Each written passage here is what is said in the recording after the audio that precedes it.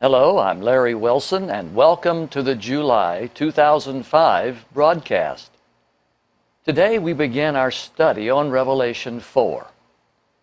Actually, chapters 4 through 6 tell an incredible story, and grasping the significance of this story will take some time and effort. You already know that Bible study takes effort.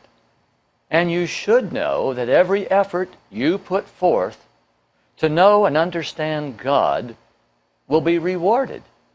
Hebrews 11:6 says, "Without faith, it is impossible to please God, because anyone who comes to Him must believe that He exists and that He rewards those who earnestly seek Him." And then in Revelation 1:3, you remember there's a blessing promised for everyone who reads the words of this prophecy, and blessed are those who hear it and take to heart what is written in it, because the time is near. Revelation 4 through 6 has puzzled Christians ever since the book of Revelation was written. And I must confess, it puzzled me for many years. Many Christians tend to diminish the importance of chapters 4 and 5, and then they get all excited about chapter 6, which contains 6 of the 7 seals. The problem with this approach is that the intended meaning of this prophecy cannot be reached. I have a profound statement coming. I'm going to put it on the computer screen for you to look at, because I have so few profound statements to make. Here it is.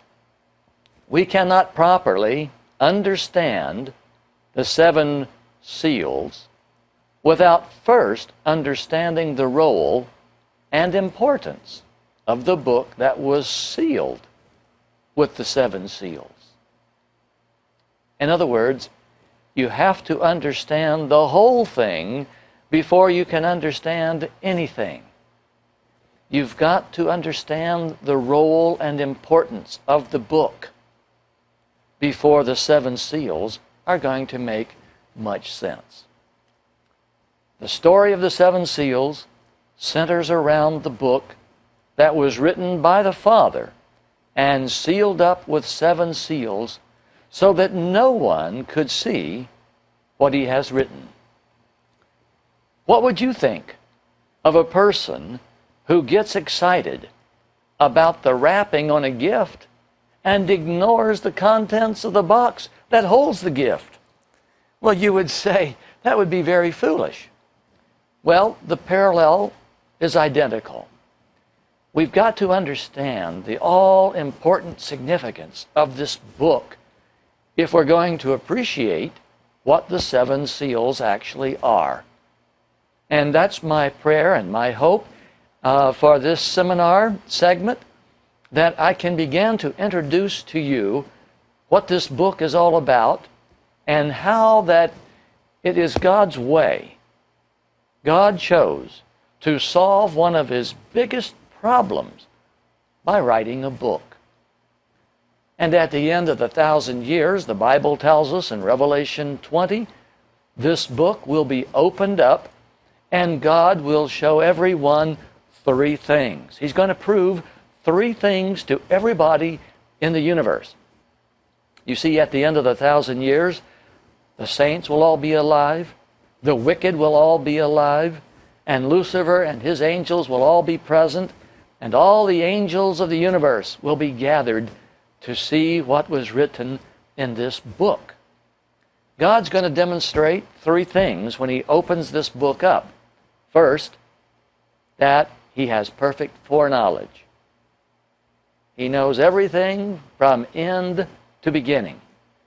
And we can trust that He has perfect foreknowledge. The second thing God is going to prove is that He does not use His perfect foreknowledge to influence or manipulate His subjects. In other words, God can be trusted with this incredible gift of omniscience, all-knowing, not to use it in any way that would be harmful or manipulative of his subjects. And the third thing that God is going to prove is that even though he foreknew the rise, the agony, and the price of sin, he did nothing to prevent it. Because, you see, as a God of love, he freely grants his children the power of choice.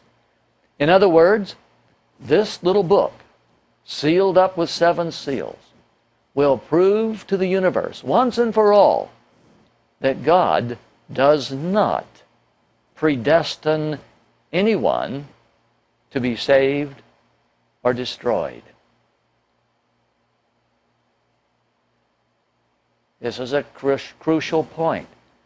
When God opens this book up and he shows what he knew from the beginning, before the world was created, this book will prove to the universe that he does not predestine anyone to be saved or destroyed. Let's go back to the computer screen. You see, the choice of salvation or rebellion is ours to make. We can choose to be rebellious against God, or we can choose to be submissive to his will. We are creatures having the power of choice. And the presence of sin in the universe proves that God will allow angels and human beings to rebel against his law. It's all about choice. Because we have the power of choice, we are responsible for our actions. Think about that for a moment. Because we have been given the power of choice, we are responsible for our actions. And that's why God judges us according to our deeds. He knows our faith by examining our deeds. Okay, let's begin with Revelation chapter 4, verse 1. I've inserted some of my comments in the text as we go along, so you will notice the little parenthetical comments as we proceed. John begins, "After this," that is, after receiving the 7 messages for the 7 churches, he says, "I looked, and there before me was a door standing open in heaven. And the voice I had first heard speaking to me like a trumpet," this is the voice of Jesus, which he had heard in Revelation 1:10. The voice said, "Come up here, and I will show you what must take place afterwards, or hereafter, or after this."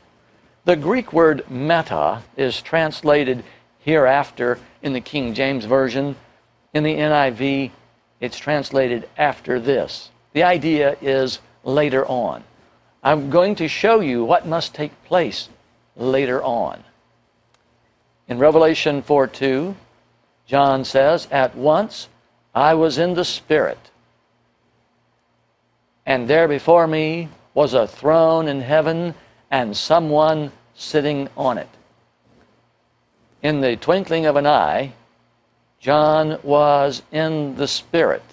Now, you must recall that John has been in the Spirit ever since he began receiving this vision. In Revelation 1:10, John writes, "On the Lord's day," and I've explained to you already how that this was the Sabbath day, John says, "I was in the Spirit." In the Spirit. "And I heard behind me a loud voice, like a trumpet, which said, 'Write on a scroll what you see, and send it to the 7 churches.'" Okay, John begins and enters into a vision from chapter 1. He's in the Spirit. And the Apostle Paul also had an in the Spirit experience. Paul contrasts being in the Spirit as being out of the body. Let me go through 2 Corinthians 12 briefly here and explain something about Paul's comments and what we can understand about John's experience as well. The church at Corinth had a problem. There was a lot of boasting going on by the Jewish converts, claiming that because they were descendants of Abraham, that they were closer to God and more important to God than the Gentile converts. And of course, this really frosted Paul, and he's writing to correct this boasting and this foolish arrogance. And Paul goes on in 2 Corinthians chapter 12, verse 1, talking about the fact that he's a Hebrew of the Hebrews, that there's no Jew that has been more zealous for the cause of God than himself. And then he says in verse 1, I must go on boasting. He's trying to show how foolish boasting is. He says, although there is nothing to be gained, I will go on to visions and revelations from the Lord. So now Paul is going to show that if anyone has a right to boast, it is he. But he's going to show that his boasting it's all meaningless, it's all fruitless. But he's appealing to the fact that he has a reason to boast that none of them have, because he has been given visions and revelations from the Lord. So in verse 2, he starts off by talking about his experience in the third person. I know a man in Christ who 14 years ago was caught up to the third heaven. In ancient times, there were three heavens. There was the heavens of the birds, there was the heaven of the stars, and then there was the heaven where God lived. And so he says, I was caught up to the third heaven. Now, watch what he does here. Whether it was in the body or out of the body, I do not know. I cannot explain this. Only God knows the answer to this, he says. And I know, he goes on in verse 3, that this man, whether he was in the body or apart from the body, I do not know, but God knows how he did this. I know that this man was caught up to paradise. That's where God dwells. He heard inexpressible things, things that man is not permitted to tell. So, Paul is describing an experience of being taken up to heaven, to paradise, and he heard things that are just too marvelous, too far beyond human ability. We can't tell them. He can't share them. He said in verse 5 now, I will boast about a man like that, but I will not boast about myself except about my weaknesses. Now, he's talking about himself being in the Spirit and in paradise, and he says, I can boast about that, but I'm not going to boast about my mortal flesh except about my weaknesses. Verse 6, even if I should choose to boast, I would not be a fool, because I would be speaking the truth. But I refrain, so no one will think more of me than is warranted by what I do or say. Now, verse 7. To keep me from becoming conceited or arrogant, because of these surpassingly great revelations, there was given me a thorn in the flesh. So Paul is talking about himself, and he's showing how that the Lord, to keep him from becoming puffed up and conceited and boasting about this experience of being taken up to heaven and seeing things, he says, because of these surpassingly great revelations, God has chosen to keep me humble through a thorn in my flesh, a messenger of Satan to torment me. What he's talking about is probably the loss of his eyesight. Paul lost much of his eyesight when he met Jesus on the road to Damascus. And he was blinded, you may recall, for 3 days, and then his sight was restored, but I don't believe it was completely restored. And you'll find, I believe, at the end of the book of Galatians, he talks about how big the letters are in his writing, because he can't see. So he has to write very large letters when he does write. The point here is that Paul and John were given visions, and while in vision, they could not tell if they were in their body or not. Now listen carefully. However, they were fully cognizant of the experience after it was over. The reality of it, the conversations, the revelation of information otherwise unknown, and the surroundings, which were unlike anything they had ever seen, were as real as yesterday's memory. In other words, this phrase, being in the Spirit, is contrasted to being in the body. Paul couldn't figure out whether he was in the body or out of the body. All he knows is that he was there, and it was real. And the conversations and the revelations that he received and the surroundings were as real as yesterday. This is not like a dream that has goofy and crazy arrangements of information, random information. This is a reality that surpasses even our best experience on the best day of our life, entering into heaven. John there saw the throne of God, and the one who sat there, he said, had the appearance of jasper and carnelian. Jasper is an opaque gem that is usually red or reddish in color, but it can be pink, yellow, green, brown, and grayish blue, depending on the impurities that may be in it. When other minerals are embedded in jasper, jasper shows bands and patterns that are very pretty. Carnelian is an opaque gem also that comes in coral, orange, and reddish colors. And a rainbow resembling an emerald, John says, encircled the throne. Emeralds are generally translucent. That means you can see through them. And they are green to bluish green in color.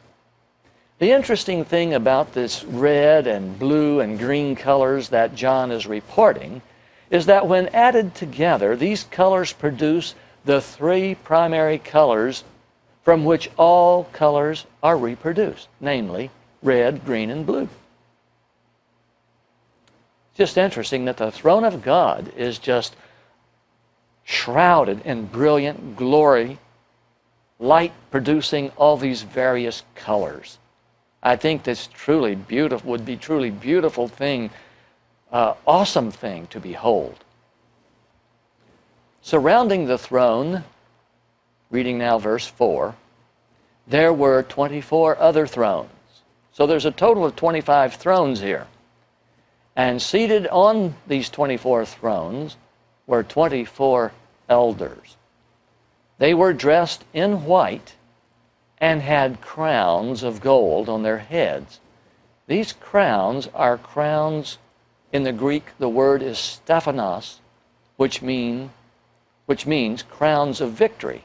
These are crowns not of diadema, authority, but crowns of victory. The 24 elders are people who once lived on earth. God took 2 witnesses from each of the 12 tribes to heaven. These people have been elevated to the position of priest, and they were resurrected or translated and taken to heaven to attend this service. In fact, they have been given front row seats around God's throne because they will serve as a jury of human witnesses from earth. A very important meeting is about to take place. And these thrones have been arranged, one throne in the center and 24 thrones surrounding, and 24 human beings have been brought front and center and given a front row seat because they will be a jury, 2 from each of the 12 tribes, a jury of human witnesses that will later report to all the saints about this meeting that is about to take place. Verse 5. From the throne, John says, came flashes of lightning, rumblings, and peals of thunder. These phenomena will be studied later on. You may recall, if you've already read Revelation 8:5 and 11, verse 19, and Revelation 16, verse 16 through 18, you know about the flashes of lightning, rumblings, and peals of thunder. These things are phenomena that accompany important events when God does things. And before the throne, John says, 7 lamps were blazing. Then he goes on to say, now these aren't the lampstands. These aren't the 7 lampstands that he saw Jesus walking among. Rather, he says, these are the 7 spirits, that is, the 7 angels that stand before God. He identifies these 7 lamps. These angels are so bright, so brilliant. John just calls them 7 lamps. But he knows that they're not lampstands. These are living creatures, living angels, 7 spirits of God. Going back to Revelation 1:4, let's read that verse and notice what John says. This will help clarify this. John, to the 7 churches in the province of Asia, grace and peace to you from him who is and who was and who is to come, from the Eternal One, from the Father, and from the 7 spirits before his throne. We know in the book of Hebrews that the angels are called ministering spirits. These are the 7 spirits that John sees standing before the throne of God in Revelation 4, verse 5. In verse 6, also before the throne there was what looked like a sea of glass. A sea of glass. A huge expanse, clear as crystal. Like a large pane of glass, clear as crystal. Now, let's jump over to Ezekiel chapter 1, verse 22 and 26. Ezekiel saw this same expanse, this sea of glass. But notice how he describes it. Spread out above the heads of the 4 living creatures was what looked like an expanse, sparkling like ice and awesome. And above the expanse, over their heads, was what looked like a throne of sapphire. Here he gives the throne a translucent bluish color, something like an emerald color. And high above on the throne was a figure like that of a man. So Ezekiel saw this great sea of glass. It's a huge platform upon which the throne of God rests. It sparkles like ice and it looks like glass, according to John. John goes on in verse 6. In the center, around the throne, were 4 living creatures, and they were covered with eyes in front and back. Now, what would eyes suggest to you? The covering of eyes indicate the 4 living creatures are all-seeing. That's the whole idea of the eyes. Covered with eyes, front and back. They see before them, they see behind them, they are all-seeing. That's the representation. These 4 living creatures see everything taking place throughout the universe. And then in verse 7, John goes on to say, and he's talking about the faces of these living creatures. The face of the first living creature was like a lion. The second face was like an ox. The third had the face like a man. And the fourth had a face like a flying eagle. And each of the four living creatures had 6 wings and was covered with eyes all around, even under his wings. 6 wings.